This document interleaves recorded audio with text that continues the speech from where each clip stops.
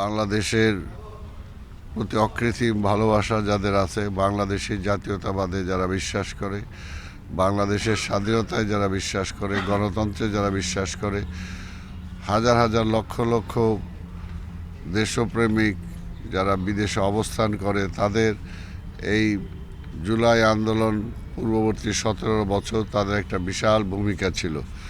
আর সেই ভূমিকার কারণেই আমরা দেখেছি যে পরাজিত ফ্যাসিবাদ বিদেশে যে কোনো রাষ্ট্রে গেলেই সেখান থেকে তার প্রতিবাদের মুখে, প্রতিরোধের মুখে তাকে পড়তে হয়েছে। একটাই কারণ, সেটা হলো যে সে ছিল গণবিরোধী, জনগণের পক্ষে সে ছিল না, এবং নির্বাচনটাকে সে কেড়ে নিয়েছিল। জনগণের ভোটে সে নির্বাচিত হয় নাই, সেই কারণে সে ফ্যাসিবাদ হয়েছিল, ফ্যাসিস্ট হয়েছিল। তাই আমরা আজকের এই দিনে, সবুজের এই ফিরে আসার দিনে, আজকে আমরা অন্তত সবাই শপথ গ্রহণ করব যে ভবিষ্যতে যাতে বাংলাদেশে আর কোনো ফ্যাসিবাদের জন্ম না হয়। আমরা গণতন্ত্রে বিশ্বাস করি, এবং গণতন্ত্রই হলো দেশ পরিচালনার, সবার মতামত নিয়ে দেশ পরিচালনার করার এখন পর্যন্ত সবচেয়ে উল্লেখযোগ্য মাধ্যম। তাই আগামীতে নির্বাচন ঘোষণা করা হয়েছে। আগামী ফেব্রুয়ারিতে রমজানের পূর্বে নির্বাচন হবে ইনশাল্লাহ।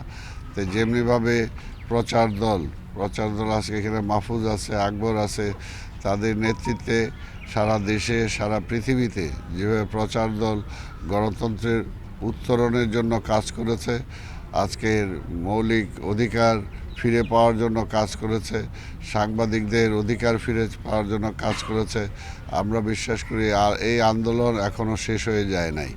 যে পর্যন্ত আমরা একটা নির্বাচিত পার্লামেন্ট না পাব, নির্বাচিত সরকার না পাব, সেই পর্যন্ত কিন্তু এখন পর্যন্ত আমরা বিভিন্ন রকম ষড়যন্ত্রের সম্মুখীন আছি।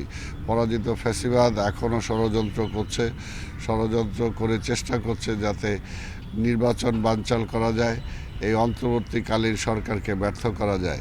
তাই আমরা বলবো, ডক্টর ইউনূস সাহেব যেমনি সকল ষড়যন্ত্রের মুখে থেকেও তিনি নির্বাচনের যে ঘোষণা তিনি দিয়েছিলেন লন্ডন বৈঠকে আমাদের নেতা তারেক রহমানের সাথে আলোচনা করে, তিনি সেটা পুনর্ব্যক্ত করেছেন। এবং আমরা ওনার কাছে এটাই চাই যে 17 রকম প্রলোভন, 17 রকম অপ্রস্তাব তার কাছে যাবে, সে যাতে কোনোভাবেই অন্য কোনো প্রস্তাবের মুখে না পড়ে, সে যাতে গণতন্ত্র ফিরে আনার জন্য তার এই ভূমিকা সে চলমান রাখে। তাহলে ভবিষ্যতের ইতিহাসে তাকে উজ্জ্বল স্থানে তাকে স্থান হবে। আর যদি এখান থেকে সে যে বিচ্যুত হয়, তাহলে কিন্তু কোনোভাবেই সেটা তার জন্য মঙ্গল হবে না, দেশের জন্য মঙ্গল হবে না। তাই দেশবাসী তার সাথে আছে। আমরা বিএনপি বারবার বলেছি, শত কিছুর পরেও আমরা তার পক্ষে আছি। আমরা চাই যে একটি সঠিক, একটি গ্রহণযোগ্য, নিরপেক্ষ একটি নির্বাচন তিনি দিবেন। এবং যারা আজকে নির্বাচন নিয়ে বিভিন্ন রকম প্রশ্ন তুলছে যে আজকে প্রশাসন পারবে কি না, প্রশাসন প্রস্তুত কি না, আমি বলতে চাই জনগণ প্রস্তুত। জনগণ 17 বছর ভোট দিতে পারে নাই, জনগণ আজকে নির্বাচনের প্রস্তুত।